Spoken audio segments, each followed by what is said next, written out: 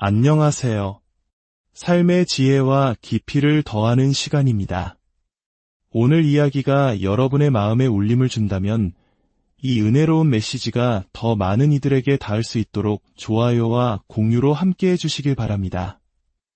여러분의 작은 실천이 누군가에게는 큰 위로와 빛이 될 수 있습니다. 주님의 이름으로 여러분 모두를 축복합니다.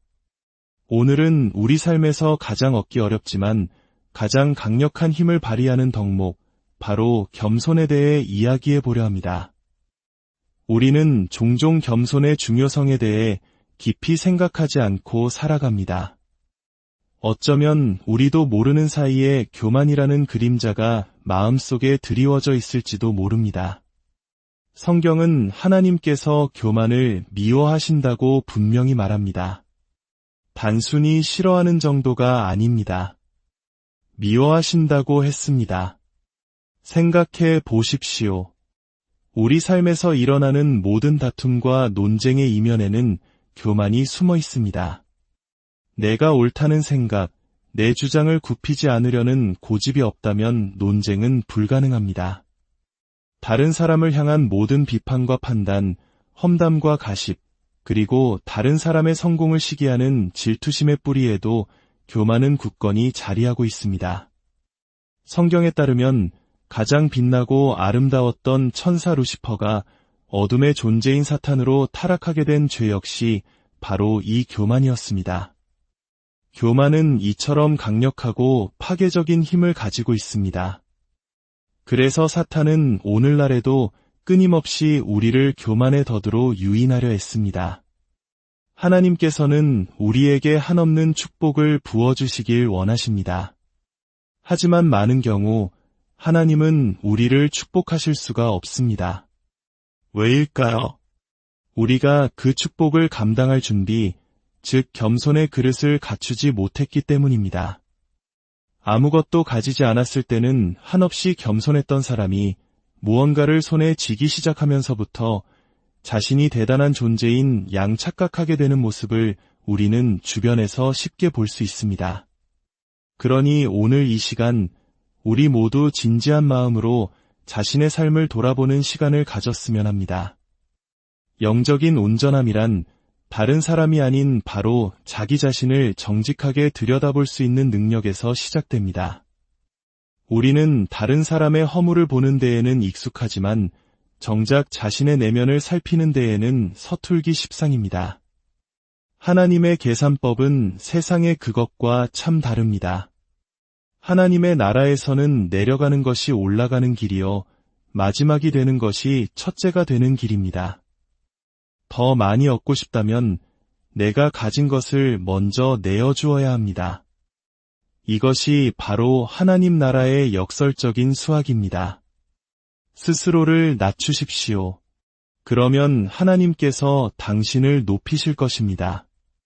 그러나 만약 당신이 스스로를 낮추지 않는다면 하나님께서 직접 당신을 낮추실 것입니다. 그리고 그 과정은 우리가 자발적으로 겸손을 선택하는 것보다 훨씬 더 고통스러울 수 있습니다. 어떤 젊은이가 있었습니다. 그는 재능이 많고 성격도 강했지만 교만이라는 큰 문제를 안고 있었습니다. 주변 사람들은 여러 번 그를 불러 타이르고 바로잡아 주려 노력했습니다. 어느 날 그는 이렇게 고백했습니다. 돌이켜보면 사람들이 저에게 충고하기 전에 항상 하나님께서 먼저 제 마음속에 말씀하셨어요. 하지만 제가 그 음성을 무시하고 듣지 않았던 겁니다. 참 흥미롭지 않습니까? 우리가 하나님의 부드러운 음성에 귀를 기울인다면 다른 사람을 통해 부끄러움을 당하며 같은 교훈을 배울 필요가 없을 것입니다. 스코틀랜드의 영성가 앤드루 머리는 그의 작은 책 겸손에서 이렇게 말했습니다. 겸손은 모든 덕목 가운데 가장 얻기 어렵고 유지하기는 더더욱 어려우며 오직 특별하고 규칙적인 기도를 통해서만 얻고 지킬 수 있다. 마태복음 23장 12절은 명확하게 선포합니다. 누구든지 자기를 높이는 자는 낮아지고 누구든지 자기를 낮추는 자는 높아지리라. 이것은 그럴 수도 있다는 가능성이 아니라 반드시 이루어질 약속입니다. 우리는 스스로의 힘으로 정상을 향해 기어오를 필요가 없습니다. 진정으로 정상에 오르고 싶다면 다른 사람이 먼저 정상에 오를 수 있도록 돕는 것이 가장 좋은 방법입니다. 그리고 하나님께서 당신을 들어 높이실 때를 잠잠히 기다리십시오.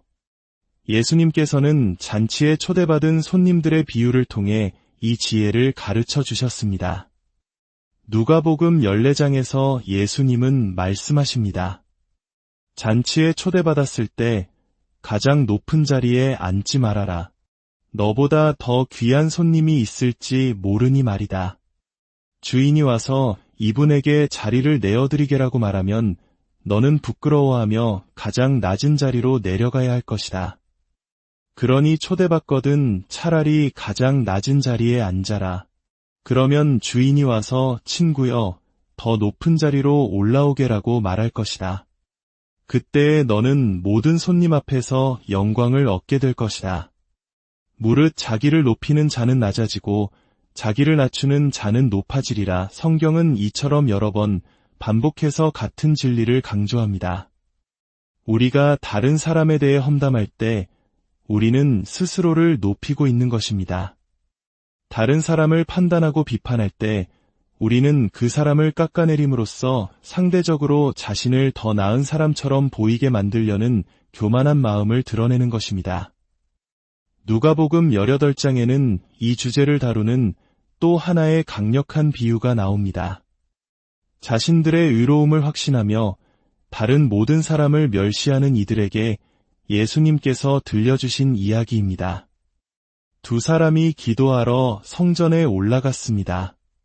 한 사람은 당시 사회에서 존경받는 종교 지도자였던 바리새인이었고 다른 한 사람은 민족의 배신자로 여겨지며 미움받던 죄인의 대명사 세리였습니다. 바리새인은 다른 사람들과 떨어져 서서 혼잣말로 기도했습니다.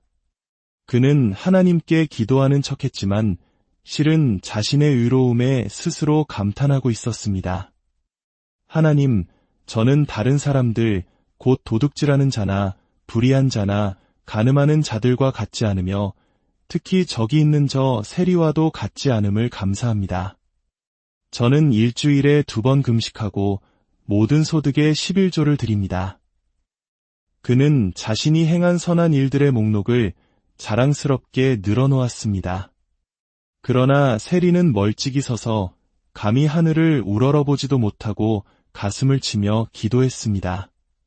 하나님, 죄인인 저를 불쌍히 여겨주십시오. 예수님께서는 말씀하셨습니다.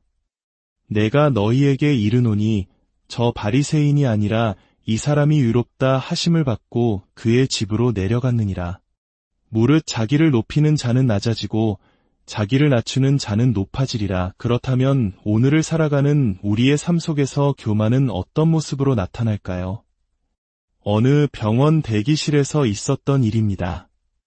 저는 성경을 읽으며 조용히 기도하고 싶었습니다. 그런데 옆에 앉은 한 나이 든 신사분께서 계속해서 말을 걸어오셨습니다. 솔직히 저는 그분이 저를 귀찮게 하지 않기를 바랐고 속으로 하나님, 저분이 저를 좀 내버려 두게 해주세요라고 기도까지 했습니다. 얼마 후 주님께서 제 마음속에 이렇게 물으셨습니다. 만약 저 노인이 아니라 내가 평소에 존경하던 유명한 목사님이었다면 너는 어떻게 했을 것 같으냐? 저는 아무 말도 할 수 없었습니다. 만약 그분이 유명한 분이었다면 저는 제 모든 시간을 기꺼이 내어드렸을 것입니다. 왜냐하면 그분은 저에게 무언가 도움을 줄 수 있는 사람이기 때문입니다. 하지만 그 노신사는 저에게 아무것도 해줄 수 없는 분이었기에 저는 그에게 아무런 관심도 없었던 것입니다. 우리는 다른 사람이 칭찬받을 때 마음이 불편하고 내 공을 드러내고 싶어 안달하며 대화 중에 다른 사람의 말을 끊고 내가 아는 것을 자랑하고 싶어 합니다. 때로는 내가 다른 사람들보다 더 성숙하고 더 재능이 많다고 은근히 생각하기도 합니다.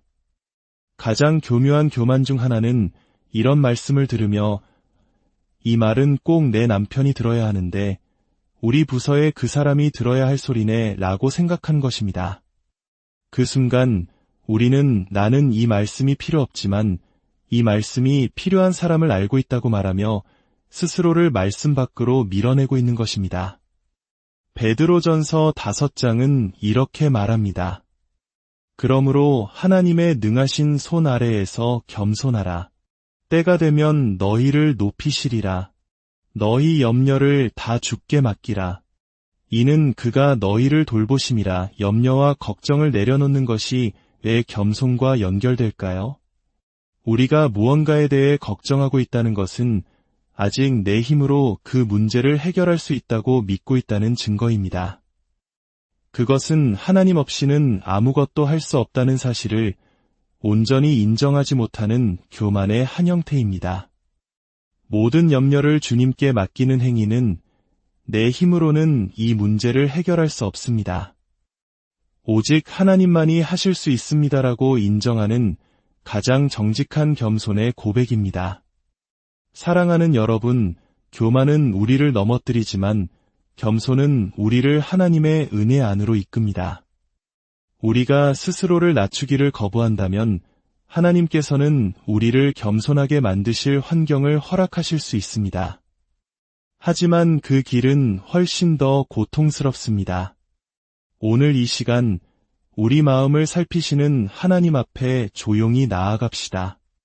그리고 기도합시다. 하나님, 제 안에 숨겨진 교만을 보게 하소서. 다른 사람을 판단하기보다 제 자신을 먼저 돌아보게 하소서.